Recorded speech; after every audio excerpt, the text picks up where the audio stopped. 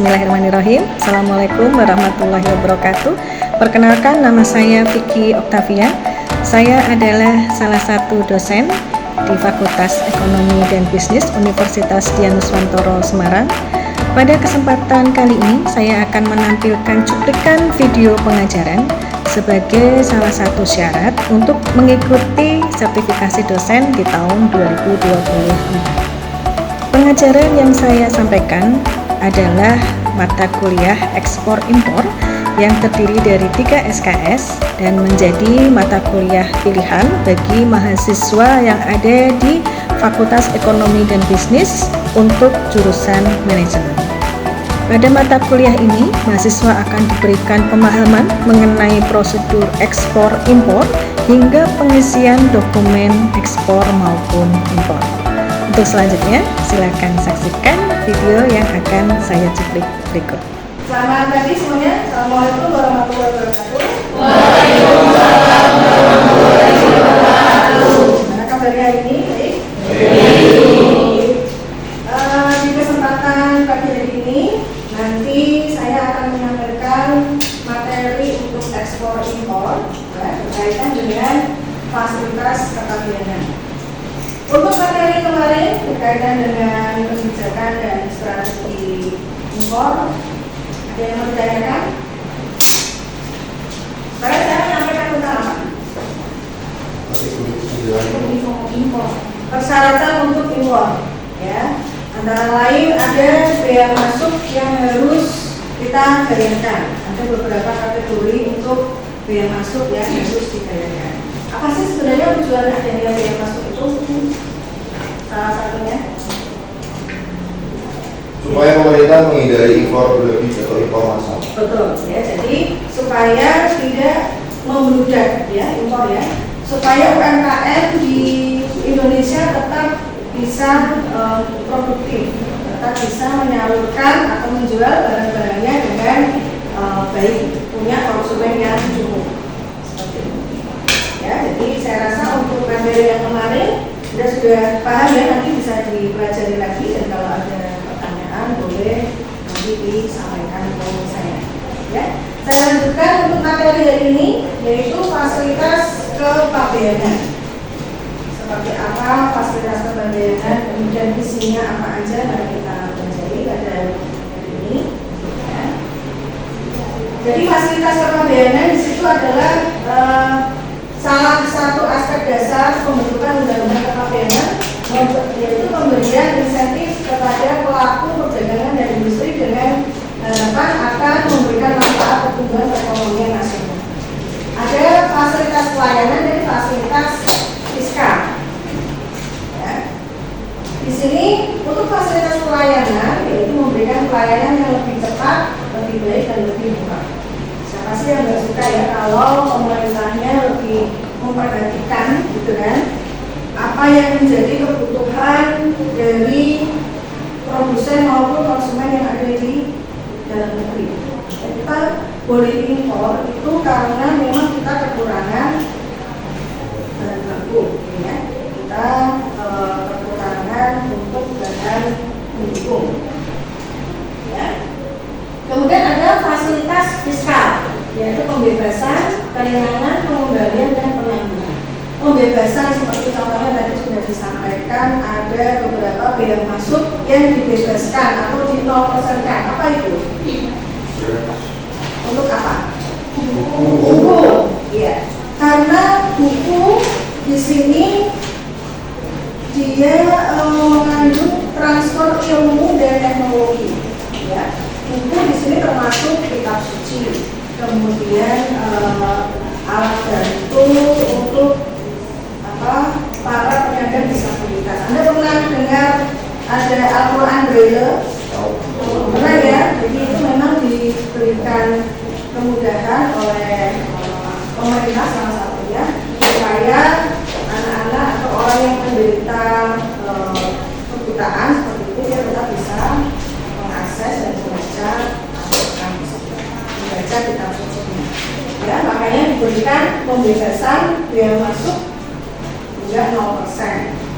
Ya, karena ada transfer ilmu dan teknologi. Diharapkan kita bisa memanfaatkan pembebasan tersebut untuk bisa melakukan impor buku-buku yang bermanfaat dari luar negeri. Oke. Kemudian, nah di sini ada jenis-jenis serta fasilitas kepabeanan. Ya, ada kawasan berikat, kemudian gudang berikat, dan pusat logistik berikat atau PLB. Kemudian kemudahan impor tujuan ekspor atau KIT, dan KIT industri kecil menengah atau KIT UKM. Nah di sini data untuk persebarannya ya. Kalau di Semarang ini ada 3 PLB, tapi yang aktif hanya 1, yaitu DSP yang ada di kawasan industri Joso. Kemudian di beberapa tempat ada di Kudus, kemudian Surakarta, Yogyakarta, Magelang, Cilacap, Tegal, dan Purwokerto. Ini yang ada di Jawa Tengah dan di UI. Kita akan dari apa sih perlunya ada kawasan-kawasan tersebut untuk beraktivitas ekspor-impor. Ya. Nah, kemudian di sini ada alur permohonan untuk perizinan TPB dan IT. Ya. Syaratnya tentu harus punya NIB atau izin ya, izin usaha, kemudian hasil KSWT sesuai aplikasi. Jadi semua ini nanti sudah masuk dalam aplikasi yang ada di Bea Cukai. Kita sekarang sudah nggak melakukan segala sesuatunya dengan manual, tapi sudah terintegrasi dengan sistem yang ada di Bea Cukai. Kemudian harus memenuhi kriteria, ada PKP ya, pengusaha kena pajak, kemudian mendapat rekomendasi dari penyelenggara AB, BB atau PLB tadi. Ya.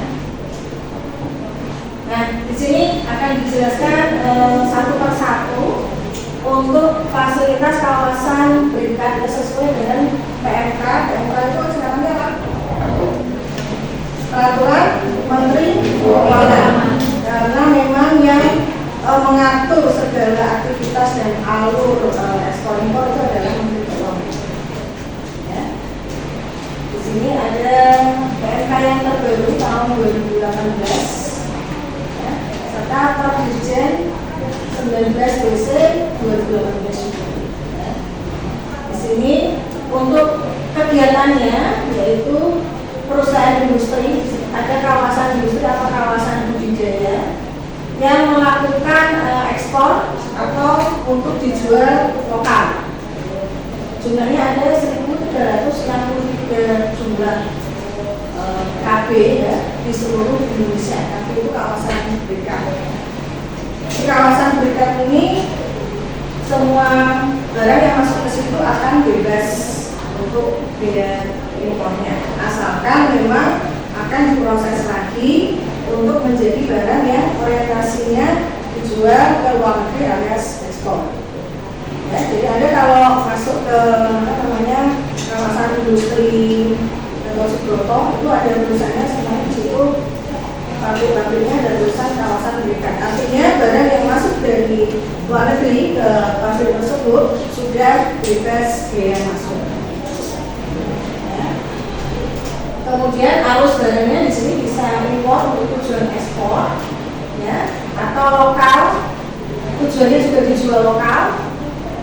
Ya. Kemudian dari PTB lain atau kawasan ekonomi ya, yang ada di, karena kalau di sini di Batam sama di Kendal ya, Kendal kawasan ekonomi ya, itu juga bisa dijual juga dari PTB atau kawasan ekonomi dijual ke tujuan yang sama ya. Jadi bea masuknya ditanggungkan, artinya pada saat masuk bea masuknya tidak langsung ditagihkan seperti itu.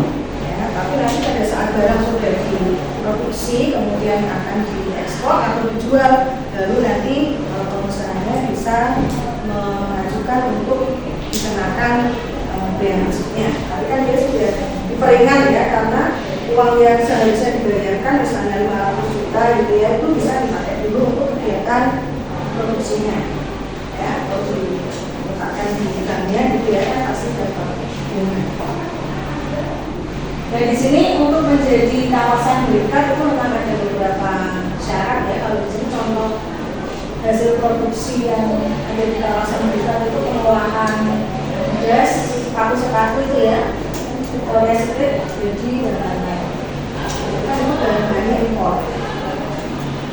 Tapi nanti setelah di sini menjadi produk yang mempunyai nilai tambah atau value dan itu bisa dijual di luar negeri, dia pasti akan ditangguhkan untuk biaya masuknya.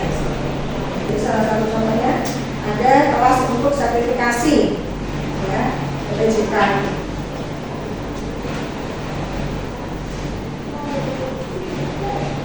Nah, untuk mengeluarkan barang yang diimpor, ya, tadi sudah disampaikan ya, karena ini berkaitan dengan pabean.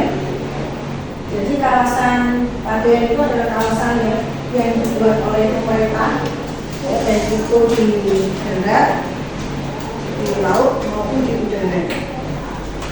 Ya, dimana di situ pabean aja namanya aja udah mengandung bea cukai gitu ya, bea. Jadi dikuasai oleh Kementerian Keuangan, ya, membuat direktorat bea dan cukai. Karena di situ semua barang yang masuk dari luar harus pengetahuan kawasan yang memang miliknya bea dan cukai, kawasan pabean, supaya gampang itu ya. Dari itu yang ada di darat, di pelabuhan barang atau di airport. Nah ini tadi untuk memenuhi kewajiban dari pabean, di sini ada beberapa cara untuk mengeluarkan barang impor. Yang pertama, impor untuk dipakai, kemudian diimpor sementara. Diimpor sementara ini contohnya kemarin adalah barang untuk pameran gitu ya. Misalnya ada pameran hias gitu ya. Kira-kira ya pameran mobil ya. Itu kan ada mobil-mobil yang diimpor sementara ke Indonesia. Ya. Kemudian juga material promosinya diimpor sementara ke Indonesia. Setelah itu, setelah dia selesai atau setelah kegiatan untuk pameran atau festival itu selesai, maka akan diekspor kembali. Ya, kalau diimpor untuk dipakai ini ya misalnya Anda beli baju misalnya, tas. Kemudian ditimbun di tempat penimbunan berikat tadi ya, di PLB untuk diinspeksi dan nanti akan disalurkan atau diberikan oleh orang yang memiliki yang membeli.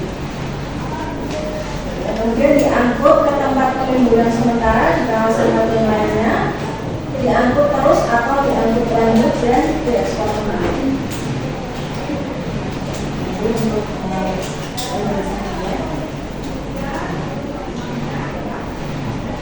nah, pungutan yang ada di pabean di sini, nanti detailnya ini saya kasih di Polino, ya, detail untuk penjelasan biaya masuk anti dumping, kemudian biaya masuk imbalan, biaya masuk tindakan pengamanan, ya, biaya masuk pembalasan, biaya keluar, sanksi administrasi dan bunga.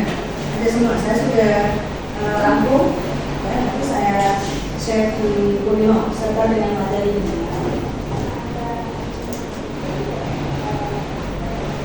Nah, untuk pembebasan dari ketentuan biaya masuk tadi salah satunya barang yang memang dibutuhkan oleh negara, ya, barang yang memang kita perlukan. Misalnya kemarin waktu Indonesia kekurangan beras. Kekurangan beras kemarin salah satunya dari apa? Karena ada bencana ya di daerah yang menjadi lumbung beras itu kena banjir. Kemudian sekarang beras itu memang fenomenanya turun karena apa?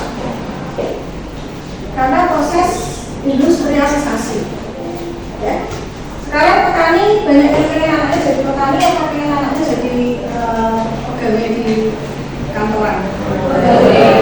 Makanya petani menyekolahkan anak-anaknya ke kota.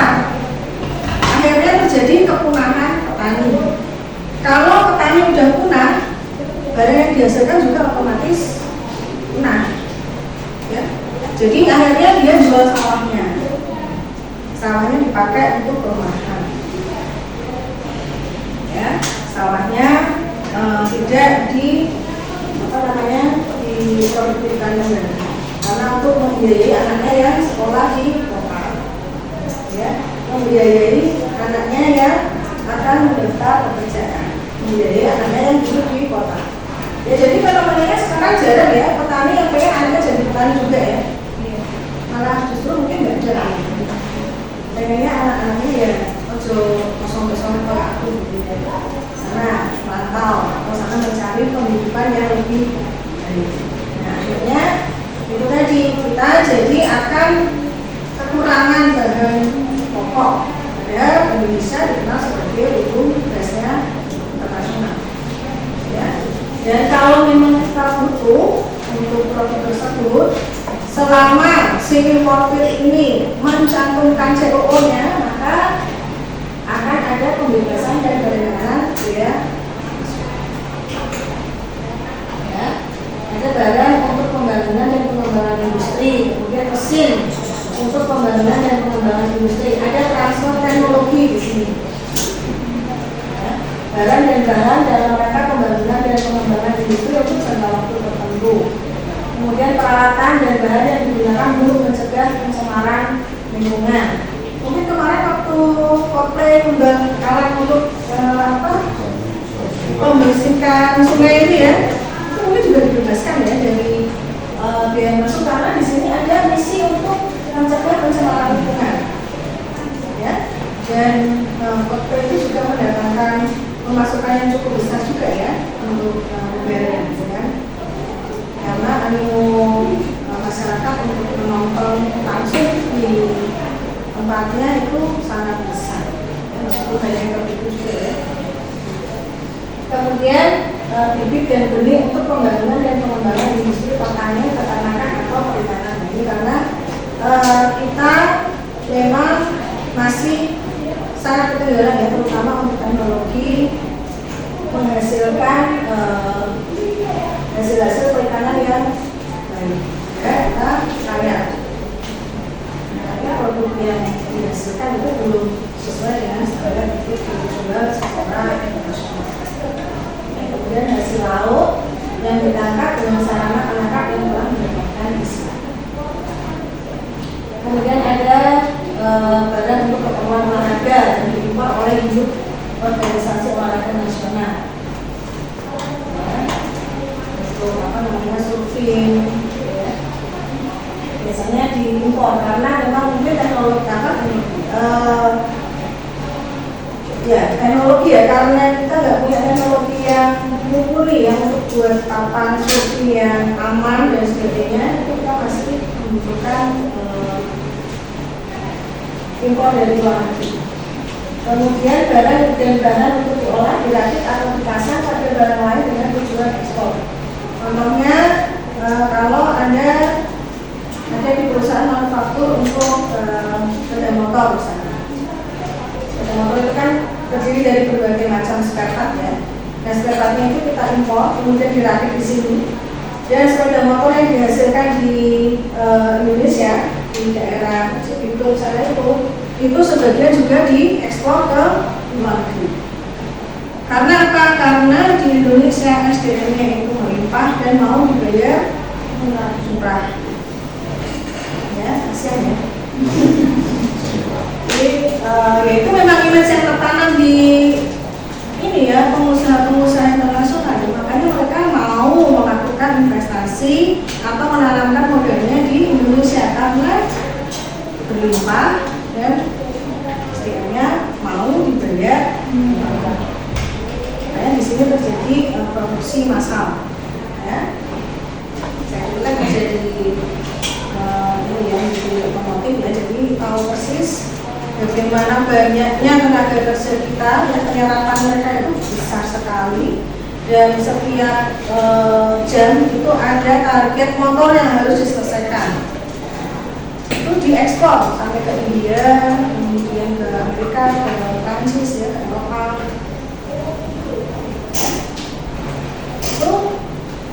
Itu sudah ada kesepakatan nih antara manufaktur aturnya dengan pemerintah bahwa nanti barang-barang yang akan diimpor ke sini akan dibebaskan dari bea masuk karena nanti saya akan ekspor supaya ada devisa ke Indonesia. Jadi saling menguntungkan.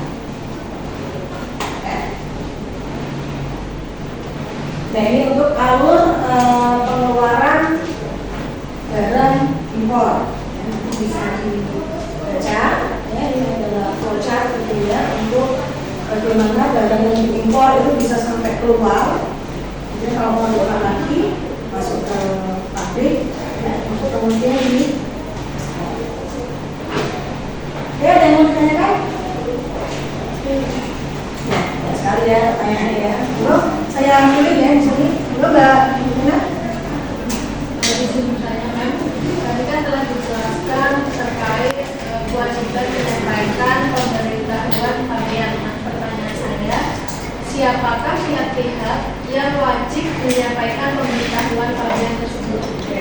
Terima kasih untuk pertanyaannya. Pertanyaan bagus ya dari Mbak Mukmina. Jadi pemberitahuan untuk pabean ya.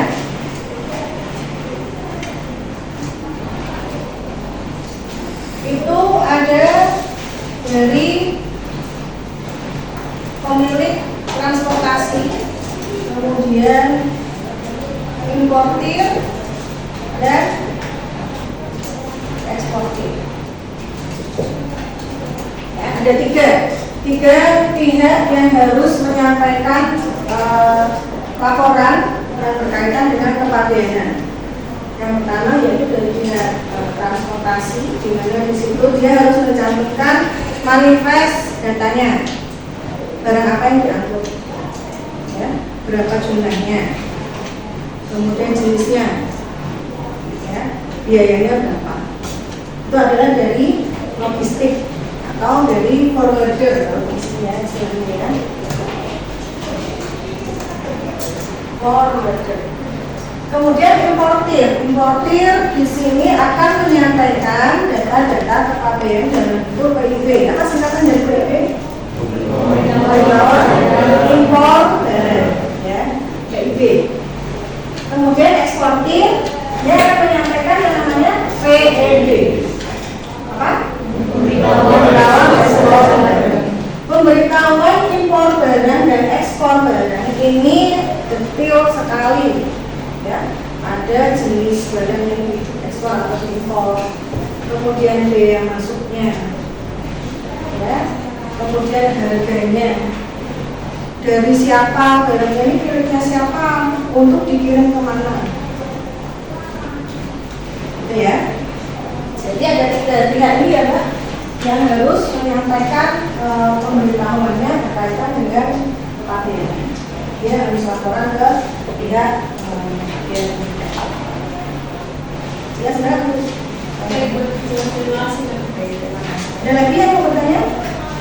Ya, silakan Mbak Akhirnya ya. Saya ingin bertanya mengenai apakah ada konsep nilai pabean berkaitan dengan kewajiban pembayaran biaya masuk. Ya, oke. Tadi sudah saya singgung ya untuk konsepnya. Jadi biaya masuk di sini. Nah, ini ya. Pungutan untuk pabean sini ya, ada beberapa jenis biaya masuk ya, ada biaya masuk, kemudian biaya masuk anti dumping, biaya masuk imbalan, biaya masuk tindakan pengamanan, biaya masuk pembalasan, biaya keluar, sanksi administrasi dan bunga. Nah, salah satu pembebasan dari keringanan biaya masuk ini tadi beberapa barang gitu ya yang dibebaskan ataupun diperingan atau bisa ditangguhkan untuk pembayaran biaya masuknya. Jadi semua jenis biaya masuk memang di handle atau ada di bawah kewenangan biaya masuk. Jadi beberapa keringanan ataupun pembebasan untuk biaya masuk bisa kita aksesnya dari ya, kalau misalnya mau impor barang misalnya, saya pengen impor sepatu nih, itu saya nggak boleh masuk depan. Ya, saya pengen impor sepeda, itu kena biaya masuk sekitar 25 sampai 40%. untung RP. Ya, jangan sampai kita nggak bayar biaya masuk karena kita memanipulasi data. Ya, supaya kita bisa meringankan biaya masuk, maka ekspornya si sepatu ini diganti sandal. Itu nanti kalau ketahuan justru akan dimusnahkan bisa, ya, atau dikembalikan ke negara pengekspor. Jadi kan yang lebih endek, dia harus 2 kali bayar biaya impor kemudian diekspor lagi. Dan ada juga terancam untuk dihukum dengan sanksi kalau tidak mematuhi beberapa klausul yang sudah diberikan oleh Dirjen Bea Cukai. Itu ya, Mbak? Baik, terima kasih. Baik, terima kasih atas pertanyaannya. Baik, untuk sesi selanjutnya saya ada penugasan. Ya. Di sini silakan Anda catat dan kerjakan di tempat, nanti dikumpulkan untuk asesmen, jadi penilaian ekspor impor untuk materi berkaitan dengan kepabeanan. Silakan saya beri waktu 10 menit ya untuk mengerjakan tugas yang ada di layar monitor. Silakan. Ya, bisa untuk pengerjaannya? Jadi ini adalah Anda diminta untuk menghitung. Ya, nanti akan ada biaya-biaya yang disesuaikan dengan tarif yang berlaku. Ya, di situ sudah dijelaskan ada biaya masuk, BM itu biaya masuk ya. BM itu biaya masuk. Jadi besok waktu Anda ngisi dokumen impor itu juga kalau ada keterangan BM-nya berapa, berarti diisi sesuai itu. Tapi kalau tidak ada, berarti Anda mengikuti PMK nomor 96 yang pernah saya sampaikan berkaitan dengan daftar 8 produk atau 8 kategori barang yang masuk ke dalam most favorable nation, ya, di mana di situ ada perbedaan untuk biaya masuknya, ya, disesuaikan. Oke, nanti segera dikumpulkan ya untuk asesmennya hari ini. Ini tadi asesmen yang sudah Anda kerjakan, ya. Asesmen di sini fungsinya untuk mengetahui sampai sejauh mana Anda paham ya terhadap materi yang saya sampaikan di hari ini. Dan nanti kalau ada yang mau ditanyakan berkaitan dengan kepabeanan bisa langsung bertanya ke saya dari Bu Jafri atau di grup. Ya, saya nanti akan menjawab. Oke, kalau sudah tidak ada pertanyaan dan Anda sudah mengerjakan penugasan ini, nanti minggu depan insya Allah kita ketemu kembali. Kita akan mengisi dokumen impor. Ya, dokumen impor untuk formnya nanti saya akan share di Kulino, besok tolong di print. Ya, masing-masing bawa alat tulis lengkap, dan boleh pinjam temannya supaya tidak mengganggu. Ya, akan saya bantu untuk pengisian dokumen impor karena dokumen impor nanti akan dipakai untuk Anda mengerjakan ujian akhir semester.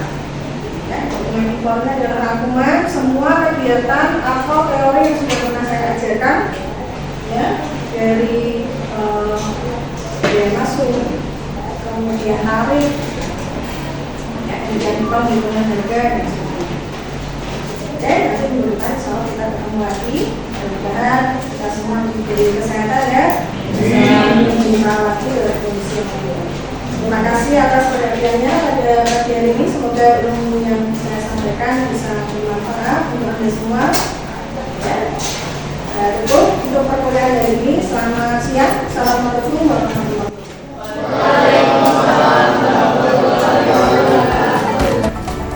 Demikian video pengajaran ekspor dan impor yang dapat saya sampaikan. Semoga cukup dari video tersebut.